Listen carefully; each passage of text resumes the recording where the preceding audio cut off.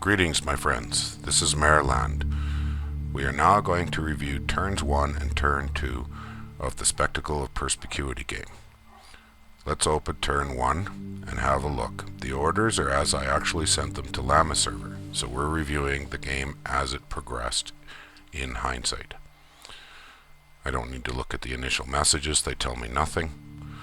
And there's my starting position. I'm going to have a look at my neighbors and what kind of provinces I'm connected to. I don't care about the land provinces at this time. The key for an underwater nation is expand underwater first. I turned on the neighbors filter so I can see where I can move.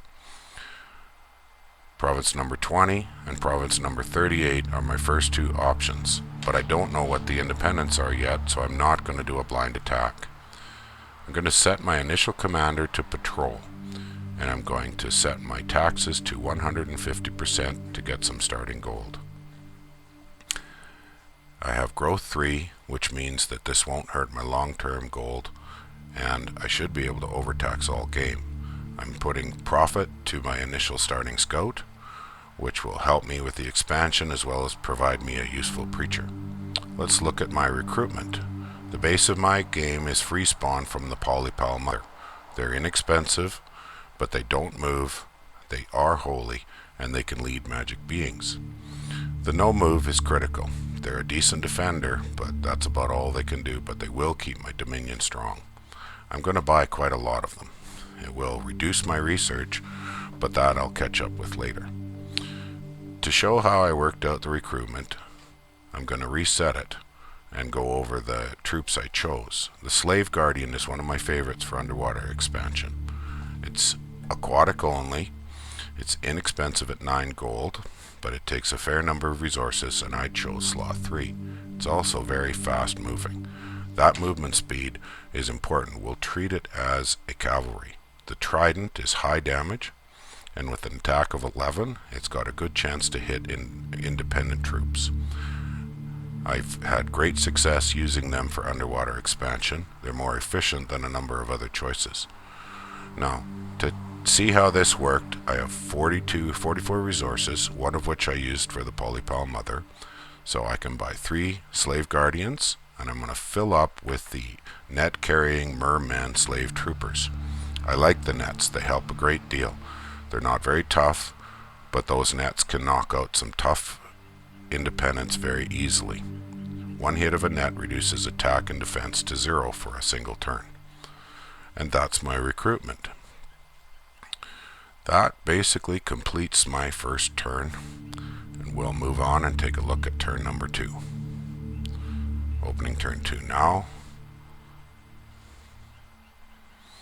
Let's look at the messages. Well, most of my opponents have done their first profits except Sati, and my patrol was successful. Land is safe and orderly, which means unrest is 0. Oops, a mistake. I didn't reduce my taxes. I left them up, and I moved my starting army to an attack. This is going to hurt me. This error will cost me later on. I left it in this example game because that's how the game actually proceeded. So I'm going to attack what looks like 10 trolls with the Kraken. The trolls are tough, but there's only 10, and I will outnumber them by a substantial margin. Province number 38 contains Triton troopers, the heavily armored, shielded aquatic Tritons, and Shark Knights. That's a difficult province. I'm not going to attempt it at this time. So let's have a look. I'm going to the setup screen for the army. My starting commander is set to hold times 5 and stay behind troops. I like to set that on my Control 1 hotkey because I use it a great deal. Later on, when you get a lot of magi, you may need that for something else.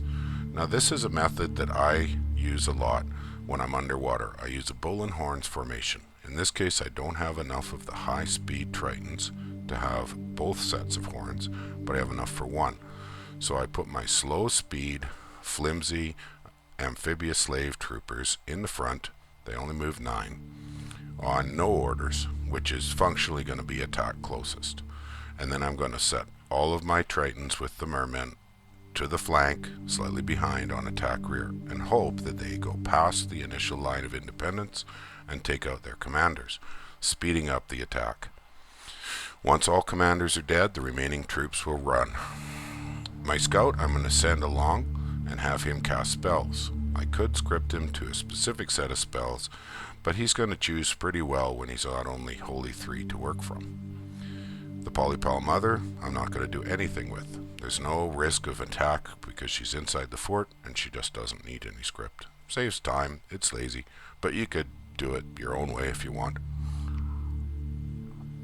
As you can see here, I've set control move with my scout, which means that it's not sneaking into this province, so it will attack and help.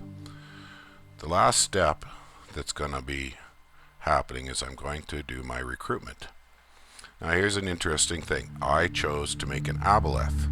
This means I'll be able to use his magic leadership to command the free spawn Polypel and Gibidai, as well as I'm getting some Lobos.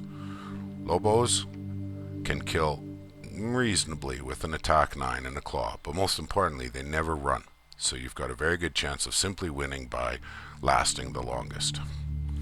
And they're incredibly cheap at 5 gold and 1 resource, but they require magic leadership.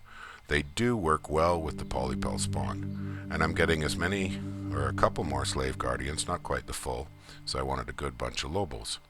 So this aboleth is going to be my first mage attacker, and that is the end of turn 2. I believe we've covered all of the key issues. I'm not going to go anywhere onto land at this time. It's far premature, and it's most important to get the water first. Something I noted when I was examining this map for the game, and it's very important, there is a waste here. We'll return to that later, but it affected my pretender design in a significant way, and that's a province I want to target as quickly as I can get there. I want to lock that in, use diplomacy to keep it, and have it as mine. So I believe we've covered everything of significance in turns 1 and 2. Please stay tuned to my channel for turns 3 and 4. Thank you very much.